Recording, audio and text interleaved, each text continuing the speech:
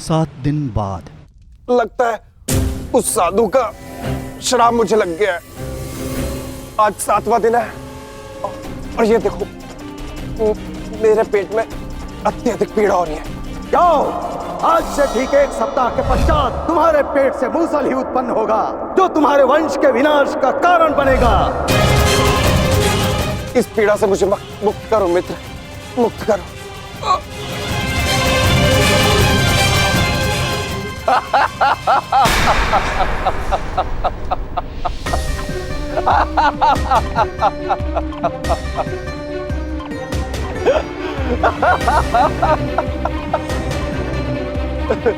तुम कितने बड़े मूर्ख हो मित्र। कुछ नहीं हुआ है मुझे, सही हूं मैं। कहा था ना मैं, वो साधु एकदम पाखंडी है।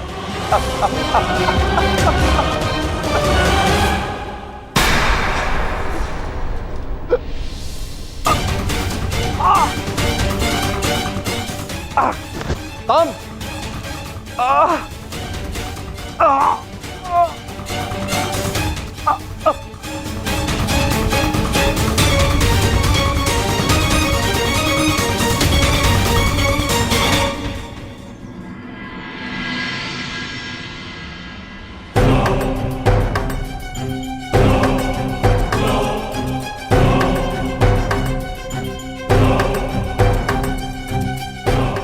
बड़ी विचित्र घटना घटी है वासुदेव।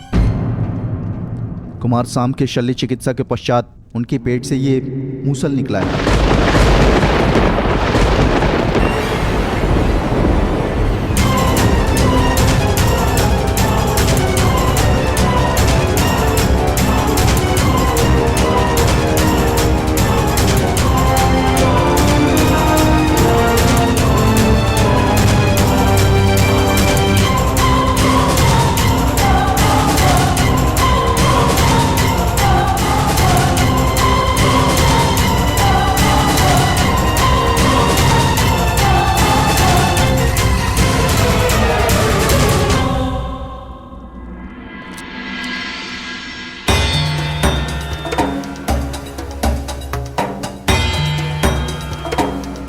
कुमार अब स्वस्थ हैं बलभद्र।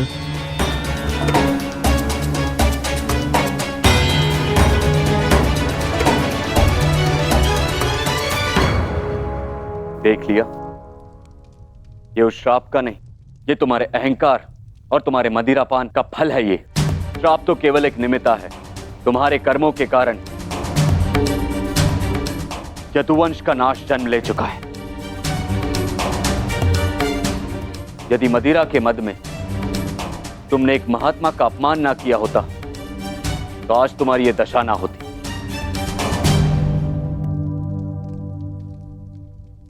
अब कुछ नहीं हो सकता था।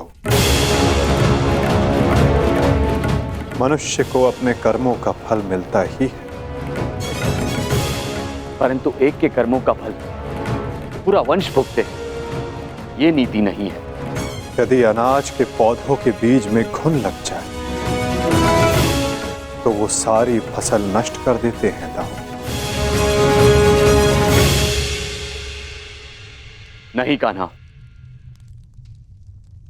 मैं सांब की मूर्खता का फल समस्त द्वारका को नहीं भुगतने दूंगा।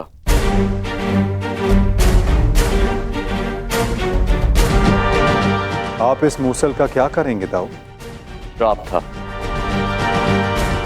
कि मदिरा पान के कारण द्वारका का नाश होगा। मैं आज ये घोषणा करता हूं कि समस्त द्वारका में किसी भी प्रकार का मद्य का उत्पादन, सेवन या बिक्री वर्जित है।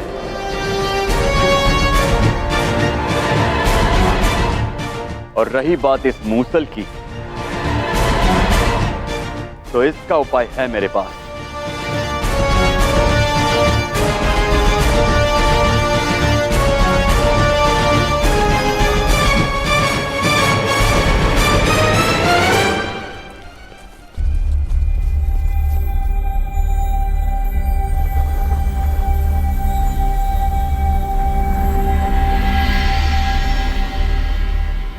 आपके आदेशानुसार मूसल की भस्म बना दी गई है बालभद्र। इसे द्वारका के समुद्र तट पे बहा दो।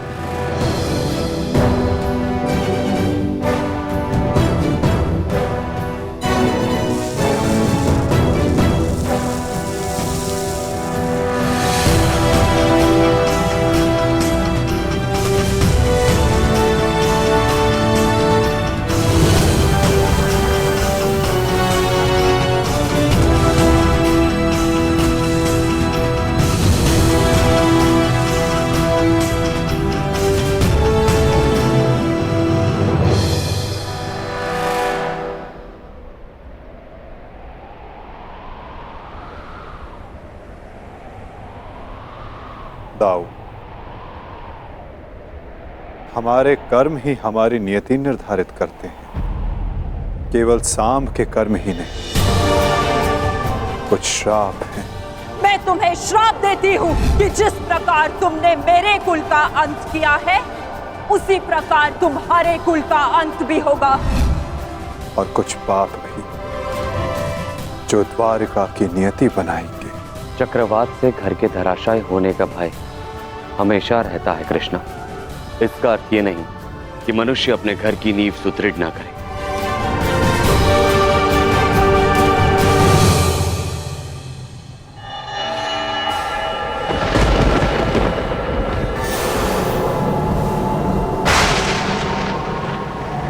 जब नींव गल जाती है दाऊ, तो भवन का धराशायी हो जाना निश्चित होता है। द्वारका का अंत समीप है।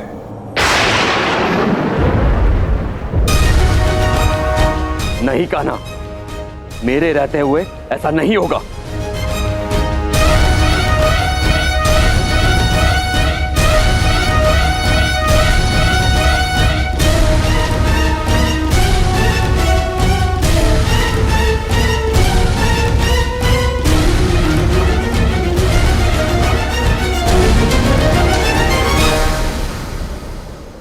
समय किसी की नहीं सुनता और ना ही श्राप आपकी सुनेगा दाऊ। यदा यदा नियति ने जो चुना है हमारे लिए, हमें वो भुगतना ही होगा।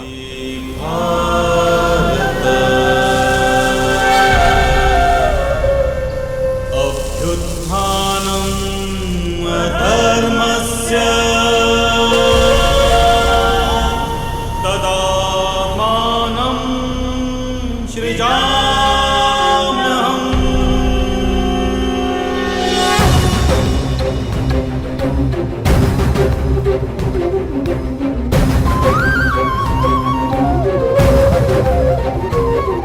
हर एक सरकंडे में एक आहुति छिपी है दाऊ।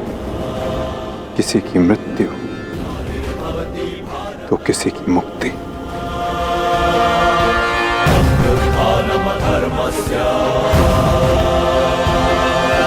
तदात्मानं सृजाम्यहम्।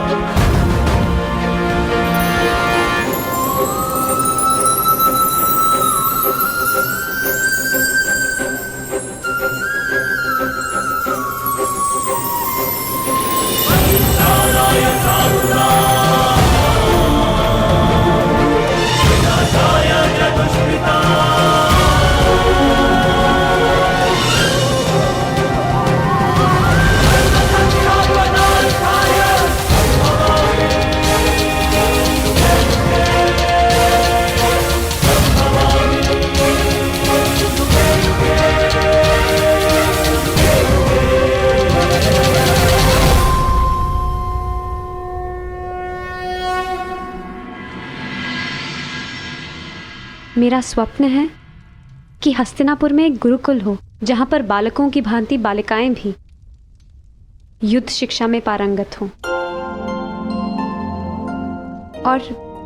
और अपनी सुरक्षा करना सीखें। अति उत्तम विचार है पुत्री।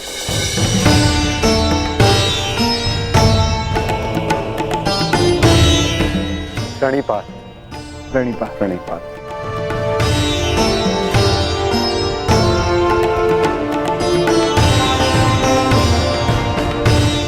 यदि प्रत्येक स्त्री अपनी सुरक्षा में समर्थ हो जाए तो कोई भी पुरुष उस पर अत्याचार नहीं कर पाएगा। यदि वो अबला से सबला बन जाए तो ना ही कोई चीरहरण होगा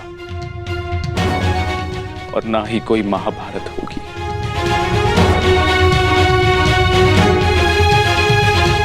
ज्येष्ठ पिताश्री, आपने स्मरण किया? हाँ पुत्र, एक महत्वपूर्ण निर्णय लिया है जो मैं तुम्हें बताना चाहता था।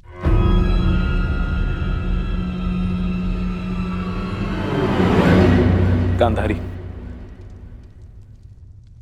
जीवन का हर चरण देख लिया पुत्रों, परंतु अब वानप्रस्थ करके संन्यास ग्रहण करने का समय आ गया है।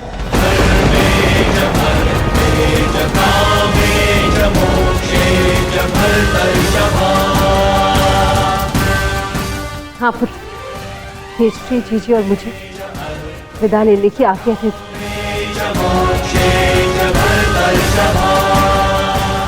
प्रस्थान? किंतु अचानक ऐसे? क्या हुआ माता? कोई समस्या हुई है या हमसे कोई भूल हुई है जिससे आपको कष्ट पहुंचा है? नहीं पुत्रों, तुमने और द्रौपदी ने अपना कर्तव्य कुशलता से पूर्ण किया है और अब हमने निर्णय लिया है कि हम तीनों वानप्रस्थ के लिए प्रस्थान करें।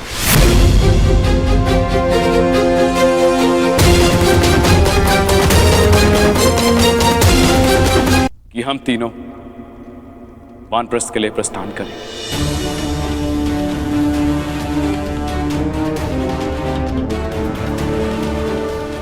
पुत्र का मोह आपको जाने भी नहीं देना चाहता और पुत्र का धर्म आपको रोक भी नहीं सकता। आप सबके तप संचय को रोकना भी पाप होगा।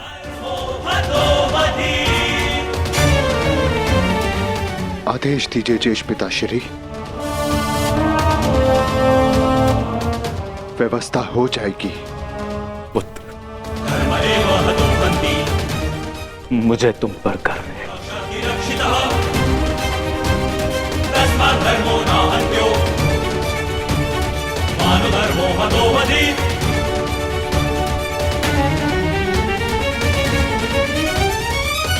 परंतु हम आपको ऐसे नहीं जाने दे सकते।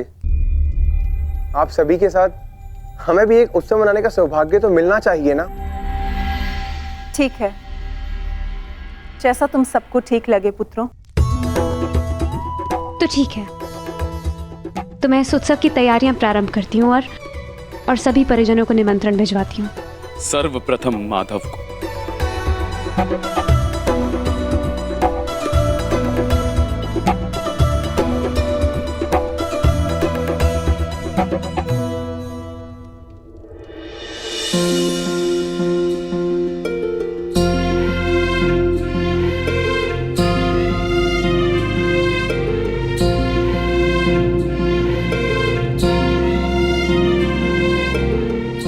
सखी ने निमंत्रण दिया है, स्वीकार करना ही पड़ेगा।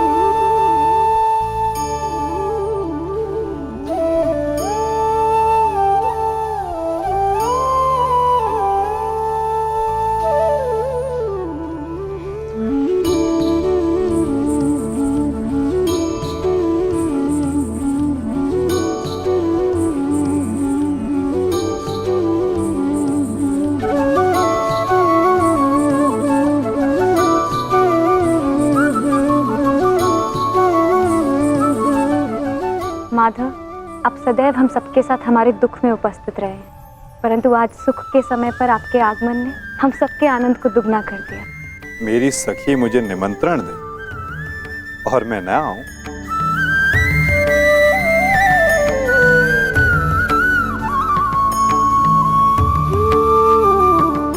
तुम सबका परिश्रम स्पष्ट दिखाई दे रहा है। जब प्रेरणा देने वाला शुभ हो तो परिश्रम का फल भी शुभ ही होता है माधव। आइए माधव, अपना स्थान ग्रहण करें।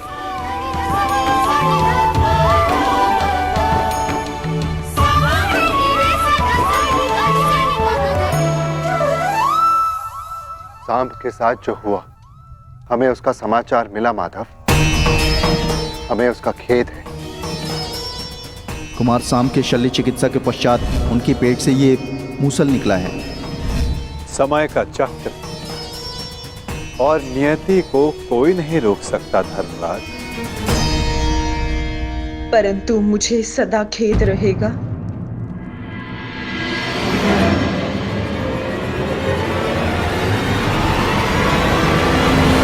ये नियति मेरे ही श्राप के कारण आई है वासुदेव।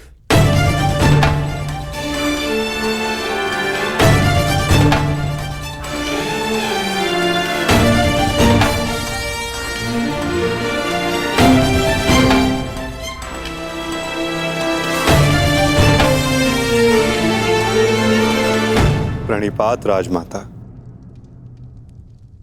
संतोष मिला कि मेरी भूल के पश्चात भी आपका यहाँ आगमन हुआ वासुदेव। नहीं राजमाता, मैं आया क्योंकि मेरा यहाँ उपस्थित होना आवश्यक था। मुझे क्षमा कर दीजिए वासुदेव। बीते समय पर शोक मनाने से कोई लाभ नहीं।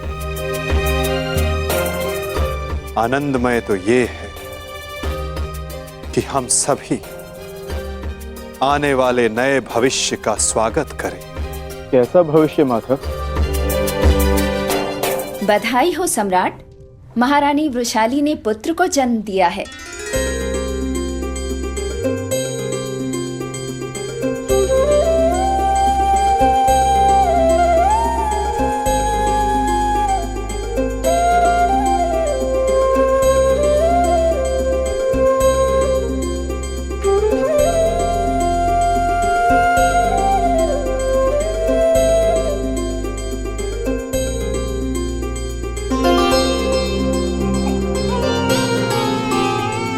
इसकी आंखों में इसके पिता की भांति तेज कल्याण हो। बुआ श्री, इस बालक का नामकरण कीजिए।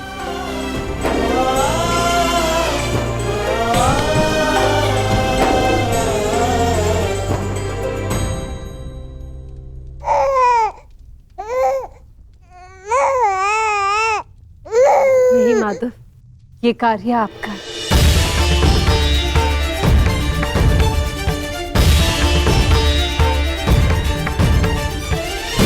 क्षमा शमोस्तेयम्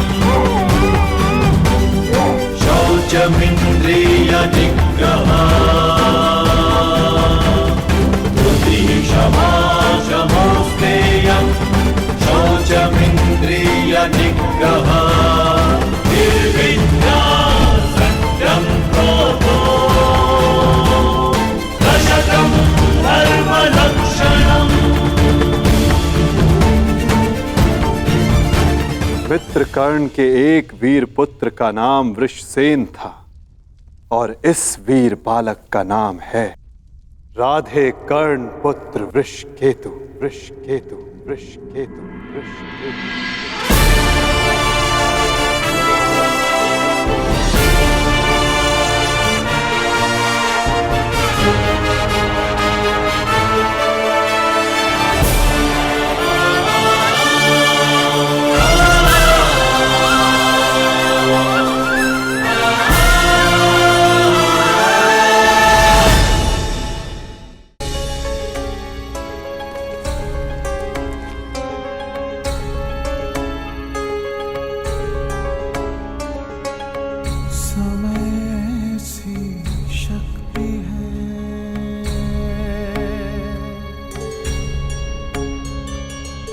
सभी समय से हारे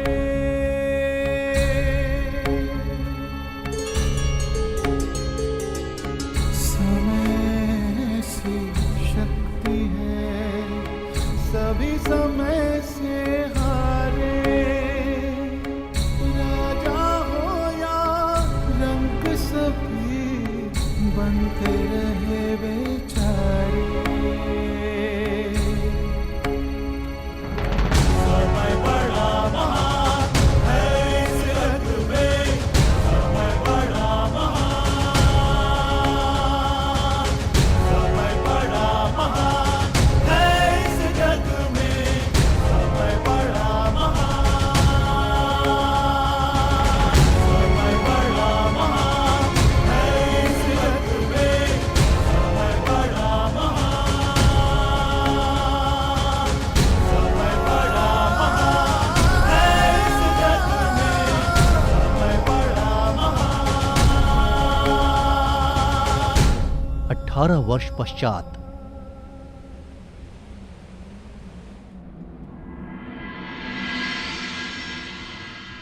तो कुरुकुल की अगली पीढ़ी अपना प्रशिक्षण पूर्ण कर चुकी है धर्मराज। जी माधव, परीक्षित और वृषकेतु दोनों ने दीक्षा प्राप्त कर ली। अब सत्ता को अगली पीढ़ी में हस्तांतरित करने का समय आ गया। परंतु माधव, महाराज,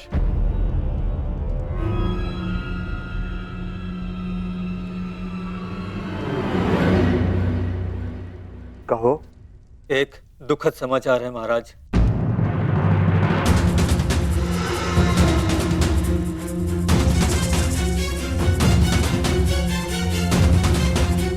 अभयदान दिया, बोलो क्या समाचार है? राजमाता कुंती। क्या हुआ है माता कुंती को?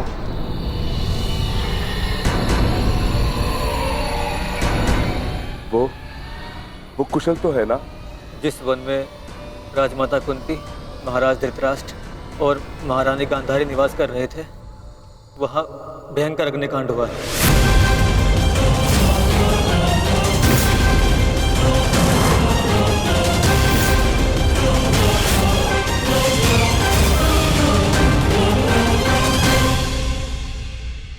और वो तीनों जलकर भस्म।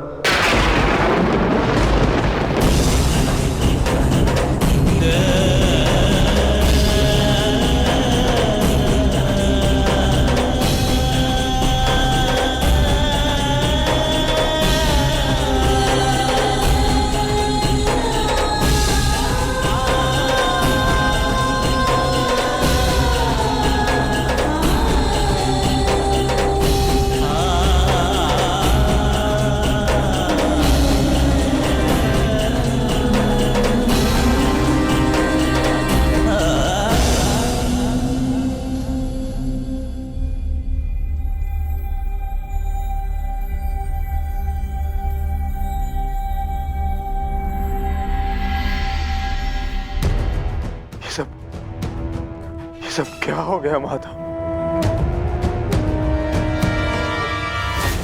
अचानक इस बात क्या हो गया?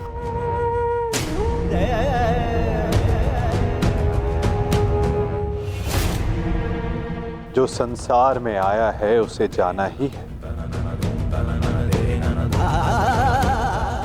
महत्वपूर्ण ये है कि वो अपने जीवन से क्या लेकर गए और इस संसार को क्या देकर गए।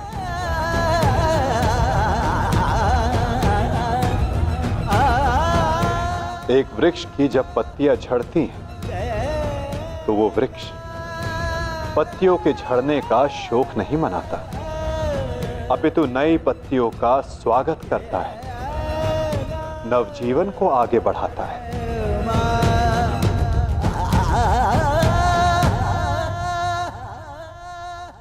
आप सब स्वयं को संभालिए।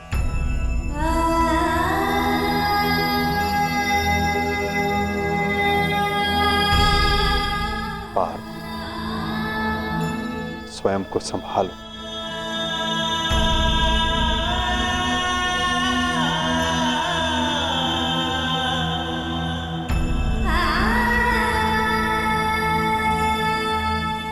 धर्मराज, आपने अपना हर कर्तव्य, हर उत्तरदायित्व कुशलतापूर्वक पूर्ण किया है और परिवर्तन का जो वचन आपने दिया था उसे भी पूर्ण किया।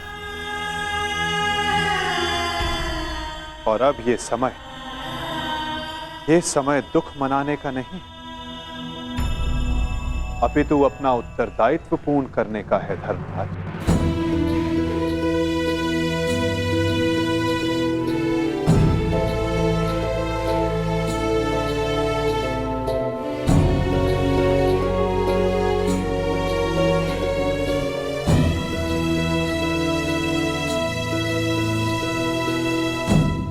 नई पीढ़ी का स्वागत करने के लिए सज्ज हो जाओ। समय आ गया है कि हस्तिनापुर के नए युवराज को प्रजा के समक्ष प्रस्तुत किया जाए।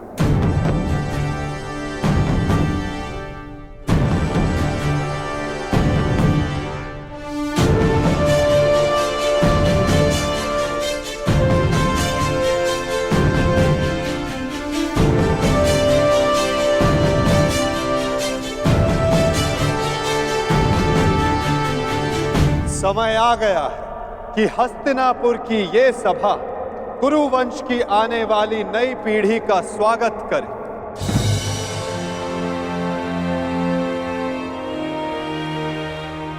हस्तिनापुर के 2 महारथी, 2 युवराज,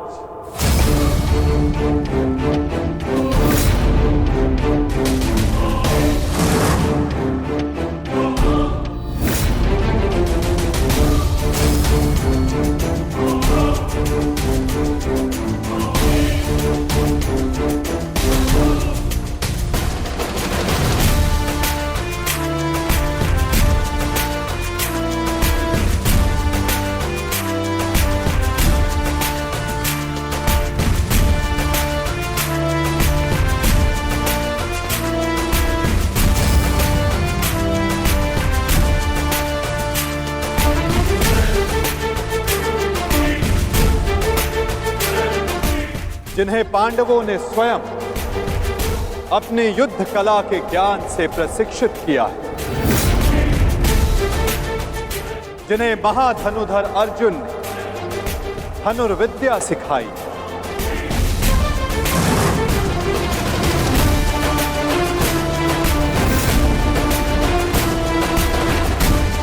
जिन्हें महाबली भीम ने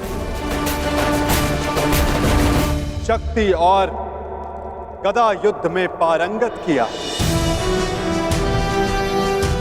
जिन्हें नकुल सहदेव ने खड़ग युद्ध में प्रशिक्षित किया है, जिन भावी सम्राटों को धर्मराज युधिष्ठिर ने भाले के प्रहार के साथ साथ धर्म के ज्ञान का आधार भी दिया है।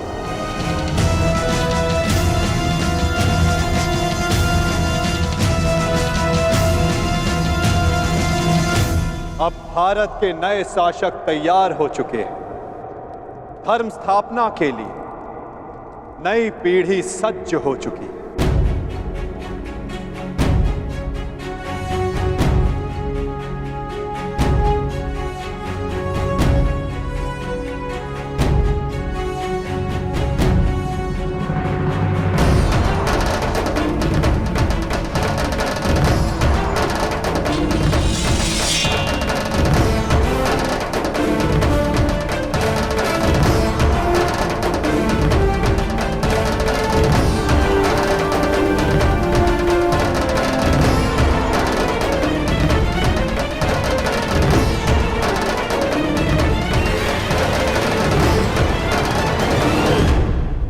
तो स्वागत कीजिए अभिमन्यु पुत्र अर्जुन पौत्र युवराज परीक्षित का।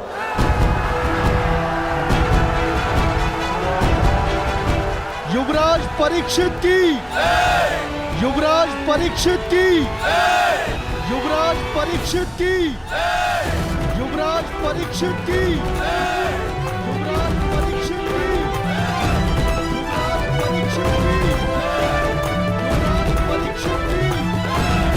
युवराज परीक्षित की।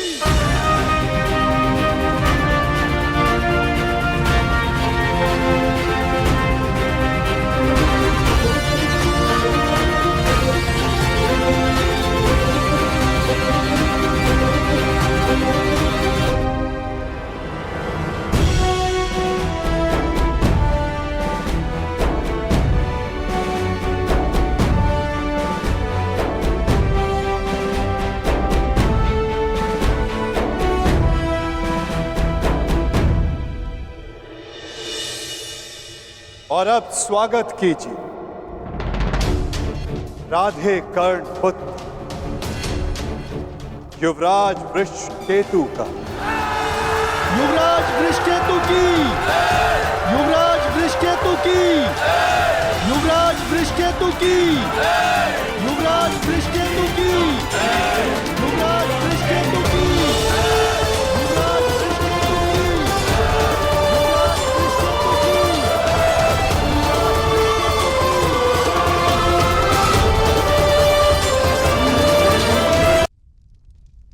और अब स्वागत कीजिए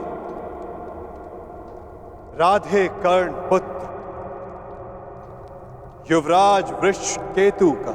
युवराज वृषकेतु की, युवराज वृषकेतु की, युवराज वृषकेतु की, युवराज वृषकेतु की, युवराज वृषकेतु की, युवराज वृषकेतु की।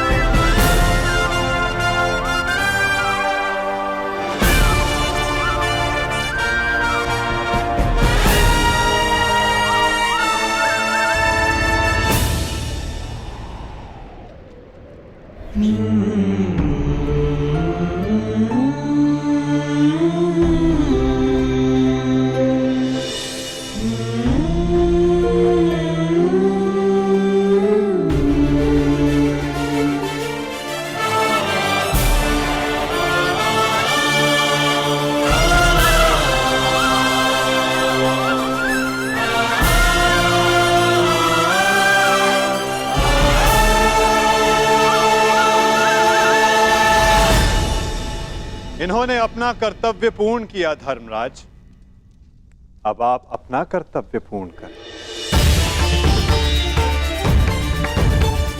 एक सम्राट का कर्तव्य होता है कि वो अपने उत्तराधिकारी को निष्पक्ष होकर चुने।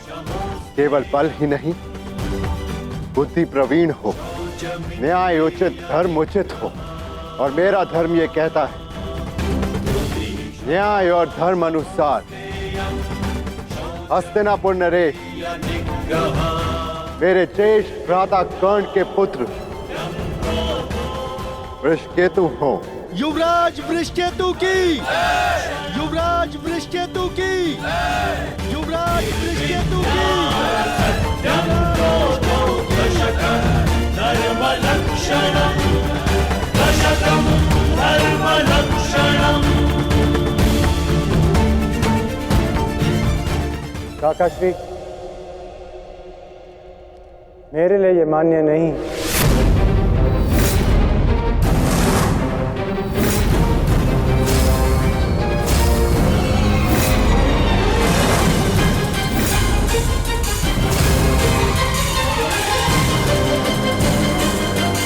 पुत्र, सम्राट आपका न्याय उचित है, परंतु परीक्षित मुझसे ज्येष्ठ हैं, इसलिए न्याय अनुसार और धर्म अनुसार हस्तिनापुर के सम्राट केवल और केवल परीक्षित ही होने चाहिए।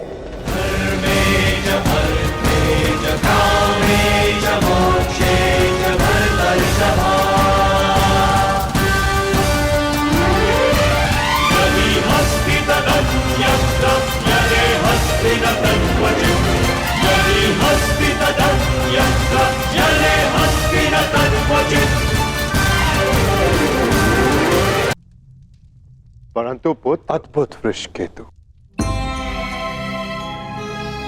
ये त्याग केवल कर्ण पुत्र ही कर सकता है।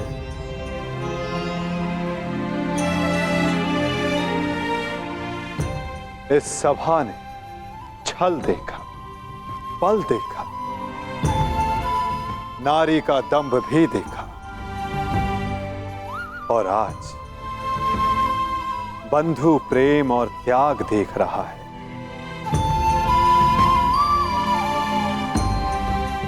सच में परिवर्तन का जो स्वप्न अंगराज कर्ण ने वर्षों पूर्व देखा था,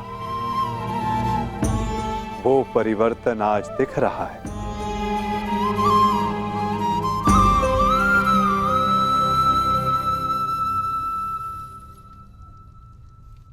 धर्मराज युधिष्ठिर को न्याय उचित घोषणा ही करनी चाहिए।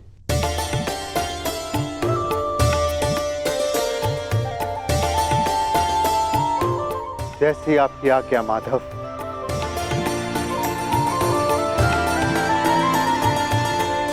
युवराज परीक्षित को हस्तिनापुर का सम्राट घोषित किया जाता है। युवराज परीक्षित की, युवराज परीक्षित की, युवराज परीक्षित की, युवराज परीक्षित की, युवराज परीक्षित की। परंतु ये अपूर्ण न्याय होगा। न्याय उचित यही होगा कि अंग पर ज्येष्ठ कर्ण के पश्चात अधिकार वृषकेतु का है और मैं वृषकेतु को अंग का नया राजा घोषित करता हूं। महाराज वृषकेतु की, महाराज वृषकेतु की, महाराज वृषकेतु की। और अंग के साथ साथ इंद्रप्रस्थ भी वृषकेतु के नियंत्रण में होगा। अंगराज वृषकेतु की, अंगराज वृषकेतु की, अंगराज वृषकेतु की।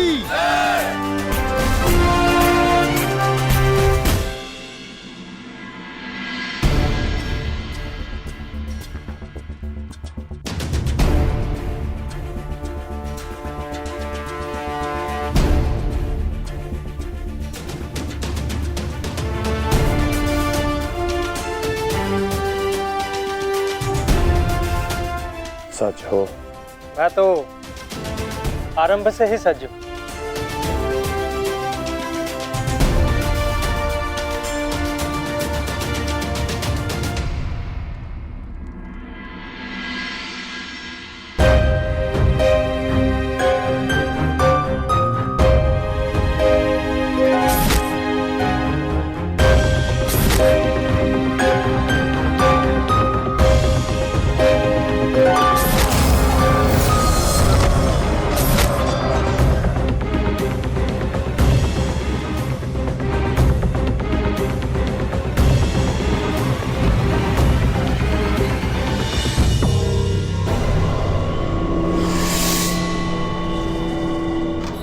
माधव, मुझे जाना होगा पार्थ।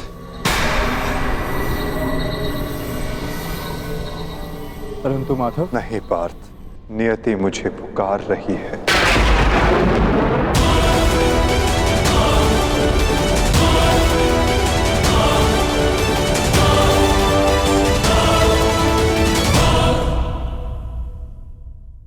बचाओ, बचाओ,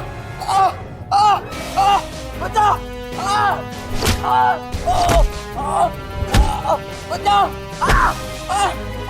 मैं तेरा अंत कर दूंगा। जानता है मैं कौन हूं? मैं हूं इस द्वारिका का भविष्य। सांब!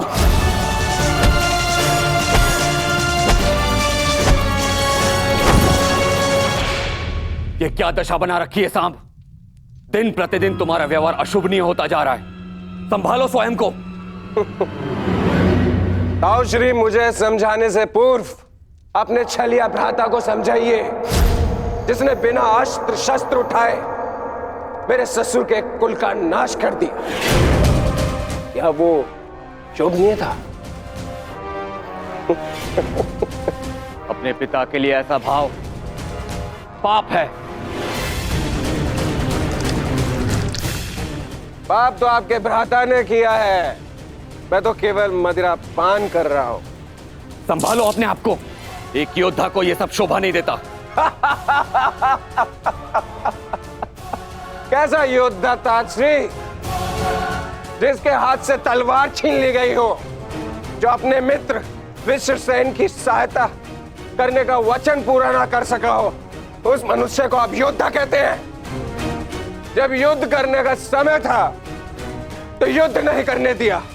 अब इस अपमान को गले से निकलने के लिए इस मदिरा के अतिरिक्त मेरे पास और कोई सहारा नहीं है। मुझे विश्वास नहीं होता कि तुम कृष्ण पुत्र हो।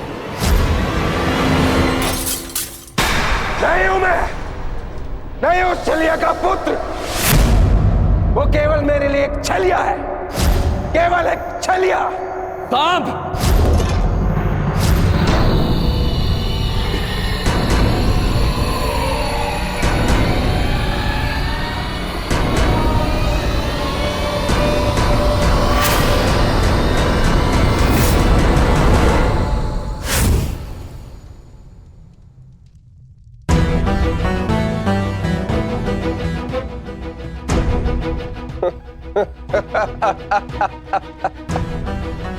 आइए आइए आइए द्वारिकाधीश, आइए, स्वागत है आपका, स्वागत है।